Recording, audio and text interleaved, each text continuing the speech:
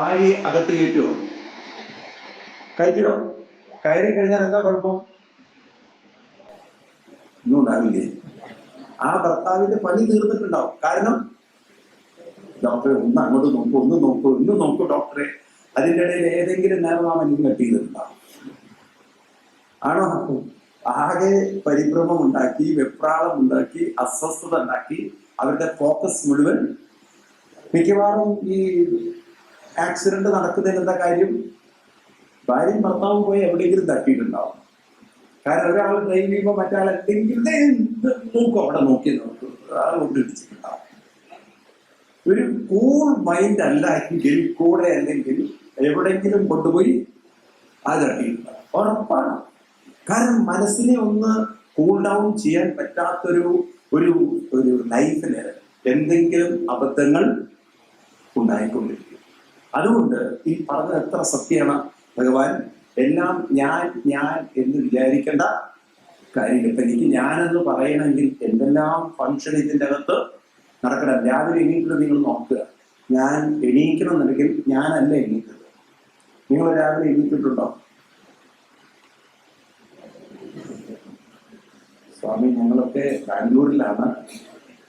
ഇവിടെ എവിടെയാണ് ഹോസ്പിറ്റൽ എനിക്കറിയില്ല. കേരളത്തിൽ 2 സ്ഥലത്താണ്, ഒന്ന് കോഴിക്കോട്, തിരുവനന്തപുരത്ത്. ഇവിടെ എവിടെയെന്ന് എനിക്കറിയില്ല. ഇവിടെ എവിടെയാണ്? ഇന്ദിരാനഗറിലോ?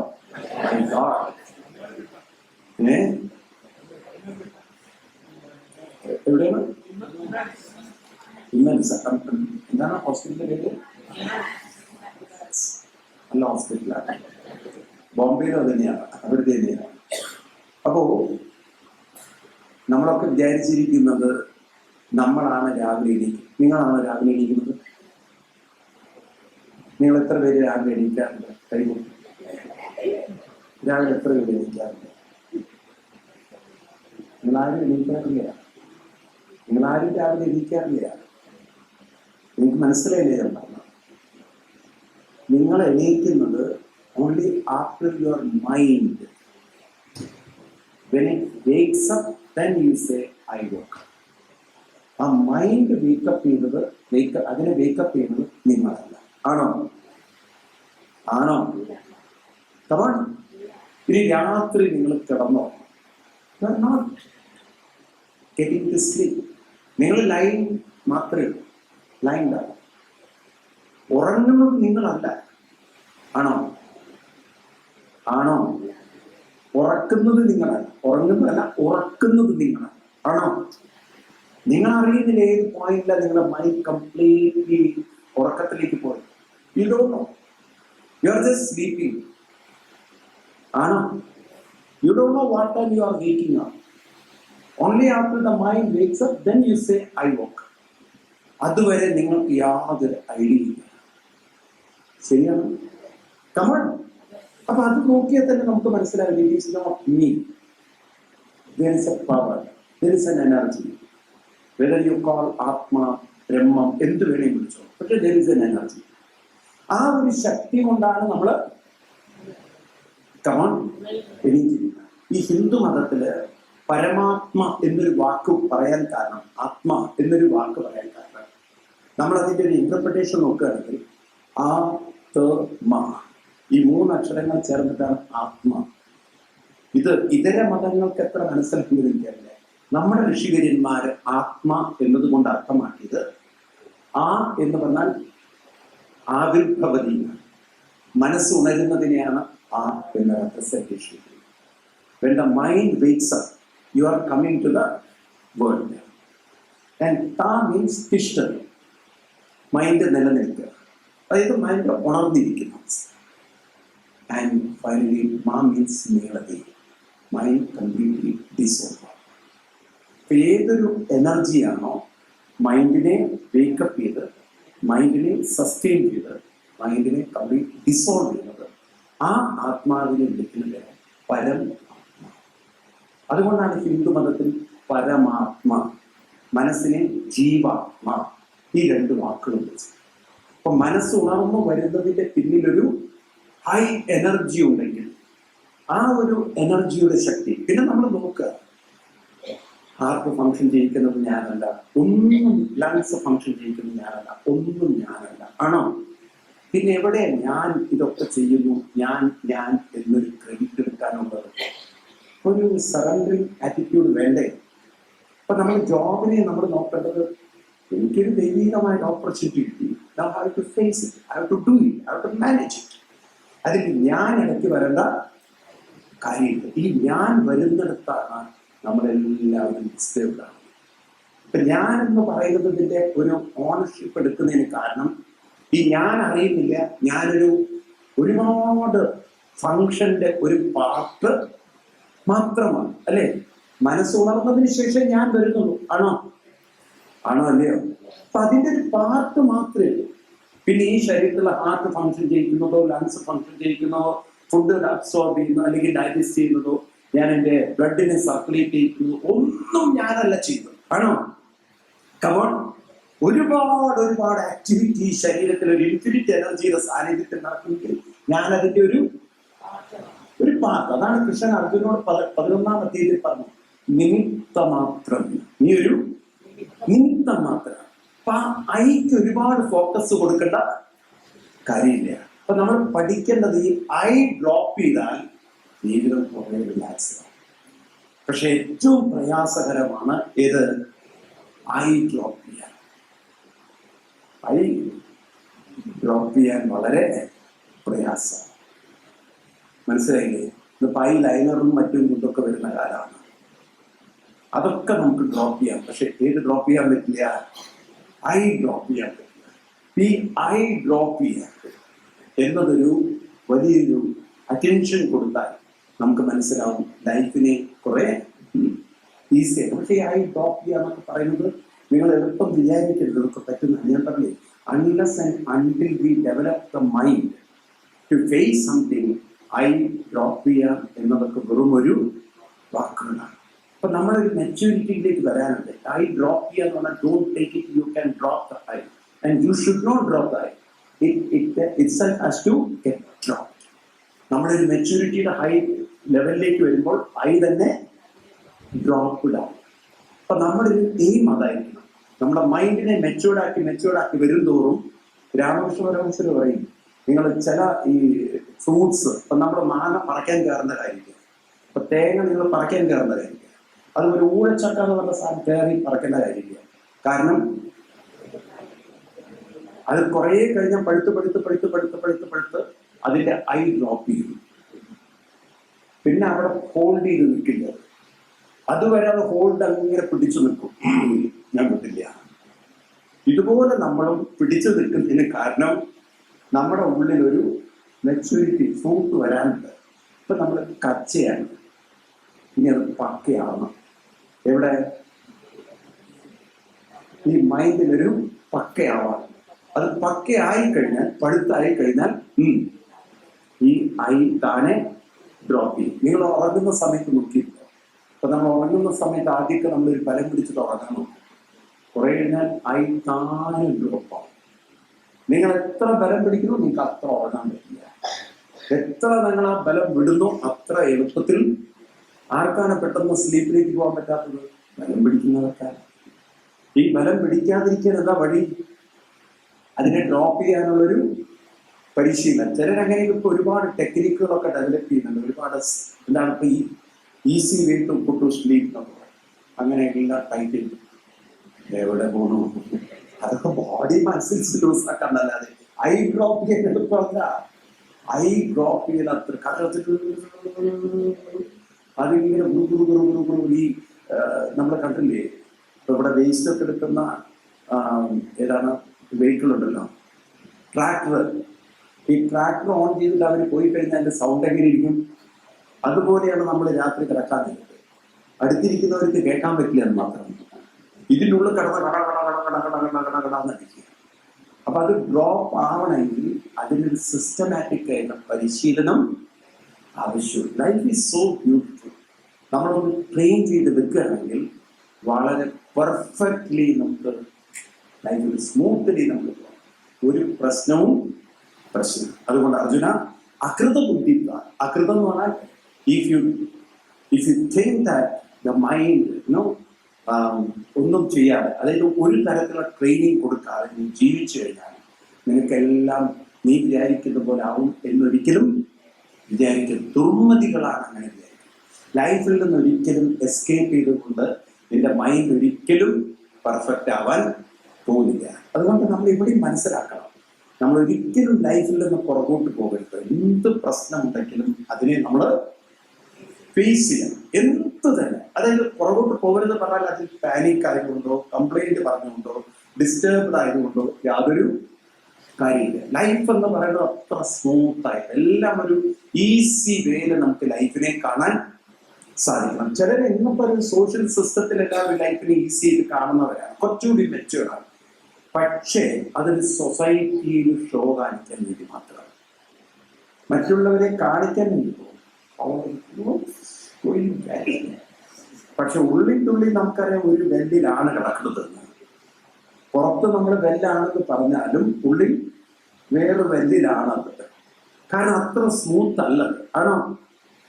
മൈൻഡിൽ നിന്ന് നമുക്കത് എടുത്തു മാറ്റാൻ പറ്റും. പുറമേ നമുക്കൊരു ഷോ കാണിക്കാം, പുറമേ നമുക്കൊരു സ്മൈലിംഗ്. കാരണം സൊസൈറ്റിയുടെ മുന്നിലോ ആട്ടും മുന്നിലാണ്.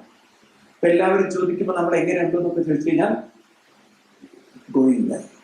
പക്ഷെ ഉള്ളിൻ്റെ ഉള്ളിൽ ഗോയിങ് വെൽ അല്ല എങ്കിൽ നമ്മൾ മനസ്സിലാക്കണം, എവിടെ ട്രെയിനിങ് വേണം, എവിടെ കറക്റ്റ് ചെയ്യണം, ഉള്ളിൽ കറക്റ്റ് ചെയ്യണം. അതുകൊണ്ട് അതെങ്ങനെ സാധിക്കും? അടുത്ത ശ്ലോകത്തിലേക്ക്. യസ്യ നാഹം കൃതോ ഭാവോ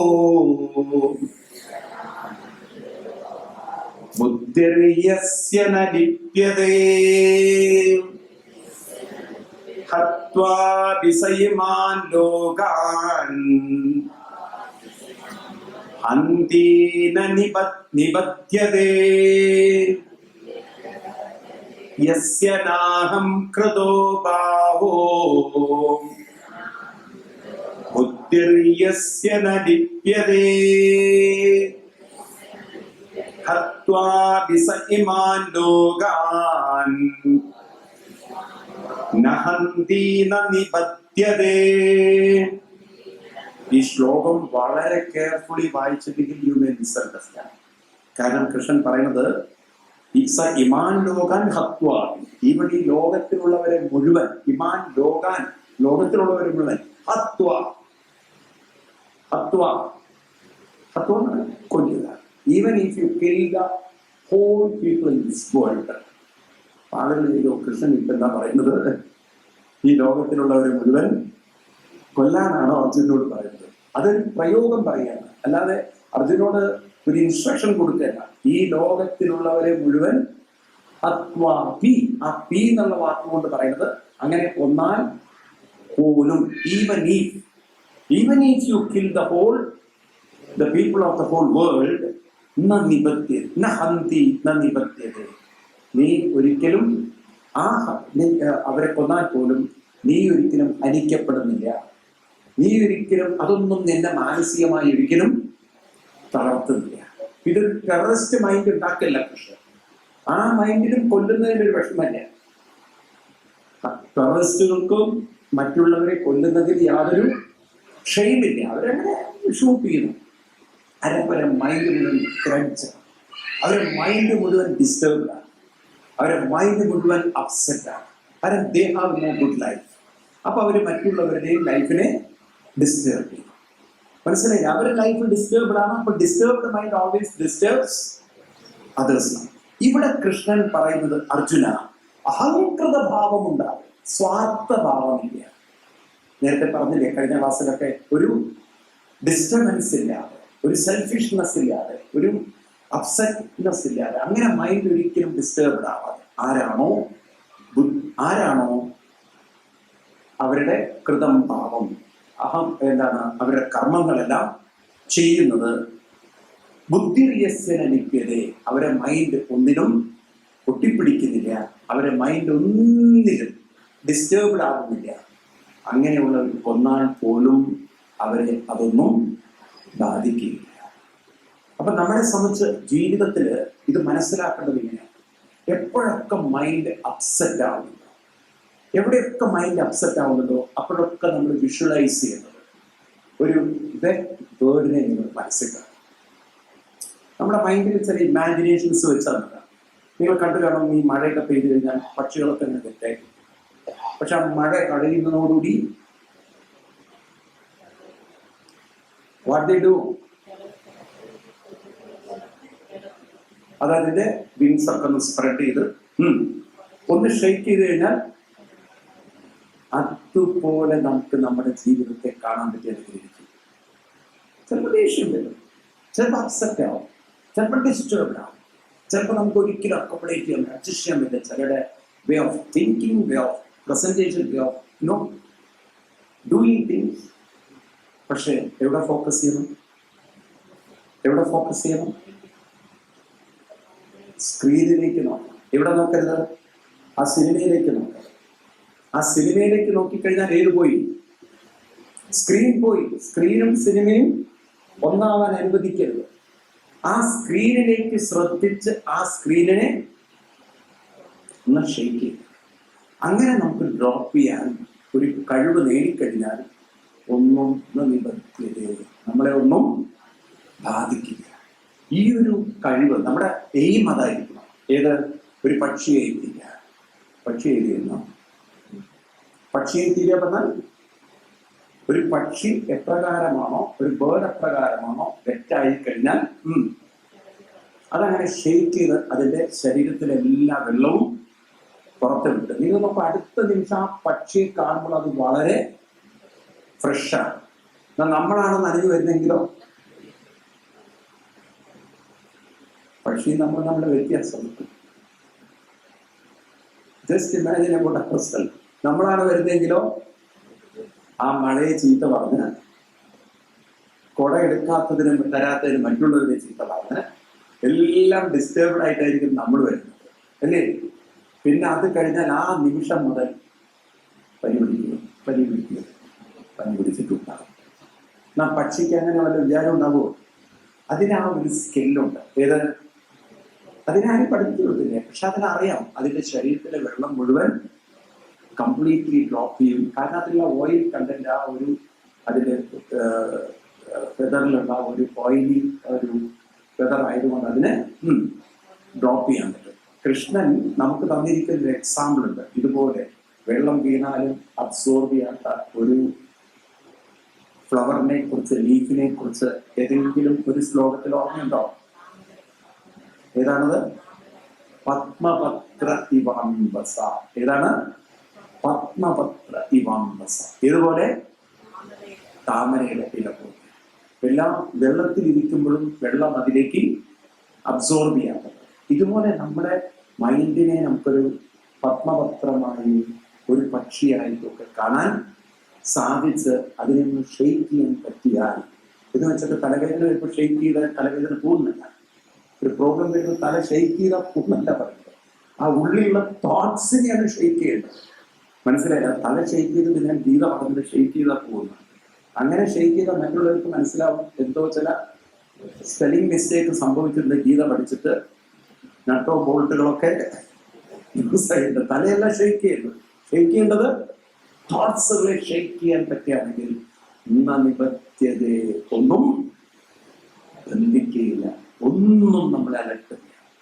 നോക്കൂ, ഇവിടെ കൃഷ്ണൻ അർജുനോട് പറഞ്ഞു, അർജുന, 2 തരത്തിൽ ഇവിടെ ആളുകൾ ജീവിക്കും. ഒരു കൂട്ടർ സൊസൈറ്റിയിൽ ഡാമേജ് ഉണ്ടാക്കും. ഒന്ന് ക്രിയേറ്റീവ് അല്ല, അവരെ വിട്ടേക്കും. 2 ഡാമേജ് ഉണ്ടാക്കും. ഈ ഡാമേജ് ഉണ്ടാക്കുന്ന ആളുകൾ അവരുടെ സെൽഫിഷ് ഇന്റൻഷൻ കൊണ്ട്, അല്ലെങ്കിൽ അവരുടെ സെൽഫിഷ് ഒരു അങ്ങേയറ്റത്തെ ഡിസയർ കൊണ്ട് അവർ സൊസൈറ്റിക്ക് പ്രശ്നങ്ങൾ ഉണ്ടാക്കിക്കൊണ്ടേയിരിക്കും.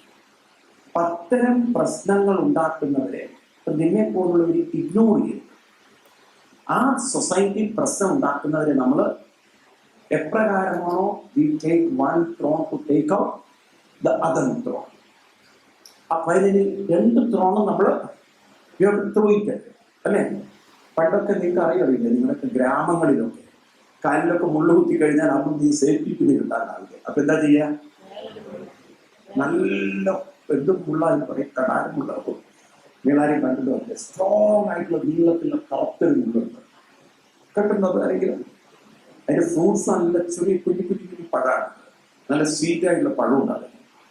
കാരമുള്ളത് അല്ലെ, കാരമുള്ളല്ലേ, അതിന്റെ ശരിക്കും പറഞ്ഞാൽ നല്ല ഷാർപ്പായിരിക്കും. അപ്പൊ കാരമുള്ള പൊട്ടിച്ചെടുത്ത് ഈ കാലിലുള്ള ഈവൻ ലേബേഴ്സ് ഒക്കെ അവരൊക്കെ പണിയെടുക്കുമ്പോഴത്തേക്ക് പൊട്ടിക്കഴിഞ്ഞാൽ അവരാ ചെയ്യും. ആണോ? കണ്ടിട്ടുണ്ടോ നിങ്ങള്?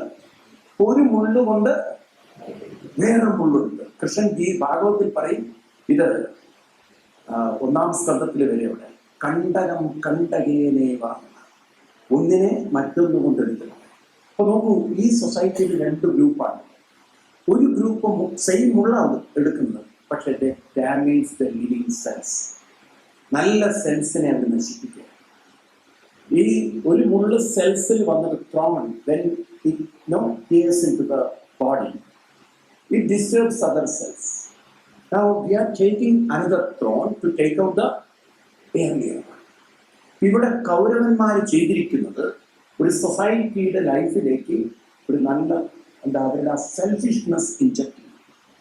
ഈ സെൽഫിഷ്നെസ് ഇൻജക്ട് ചെയ്താൽ ആ സെൽഫിഷ് മോട്ടീവിനെ എടുത്ത് കളഞ്ഞിട്ടില്ലെങ്കിൽ അർജുന, ആ മുള്ള അവിടെ വെച്ച് നീ എവിടെ പോയാലും നിന്റെ ഉള്ളിലുള്ള റിഗ്രറ്റ് നിങ്ങൾ. അപ്പൊ നമുക്ക് എപ്പോഴും നമ്മൾ ഓർക്കണം, ഇവിടെ അർജുനനോട് കൃഷ്ണൻ പറയുമ്പോൾ ആ മുള്ള സൊസൈറ്റിയിലുള്ള നമ്മുടെ ഉള്ളിലൊരു മുള്ള നമ്മൾ ഓൾറെഡി വെച്ചു കഴിഞ്ഞു. അത് നമ്മുടെ ഉള്ളിലുള്ള തമോ ഗുണവും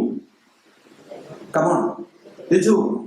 ആ മുള്ളിരിക്കുന്നിടത്തോളം കാലം നമ്മളിനി എവിടെ എസ്കേപ്പ് ചെയ്തിട്ട് കാര്യമില്ല. Because you are carrying the same weak mind everywhere.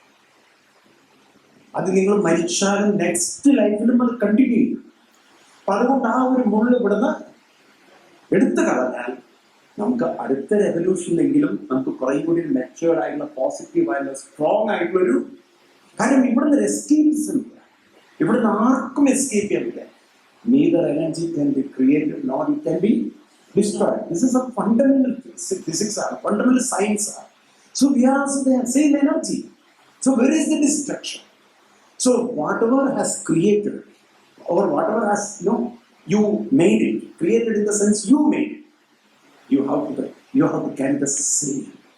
നമുക്കതൊന്ന് എസ്കേപ്പ് ചെയ്യാൻ പറ്റില്ല. അപ്പൊ അതുകൊണ്ടാണ് കൃഷ്ണൻ ആവർത്തിച്ച് പറഞ്ഞത്, don't escape from your responsibility.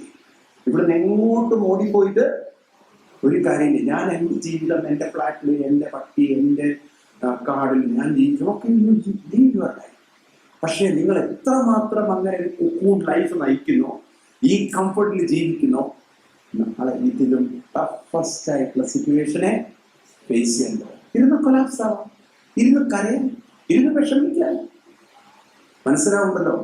എന്നാൽ ഇന്ന് മുതൽ നമ്മുടെ ലൈഫിനെ നമ്മളൊന്ന് ഒരു ടഫർ ആയിട്ടുള്ള ജീവിതത്തെ ആക്സെപ്റ്റ് ചെയ്യാൻ പരിശീലിച്ചു കഴിഞ്ഞാൽ നാളെ നമുക്ക് അതിലും ടഫസ്റ്റ് ആയിട്ടുള്ള ഒന്നിനെ ഫേസ് ചെയ്യാൻ യാതൊരു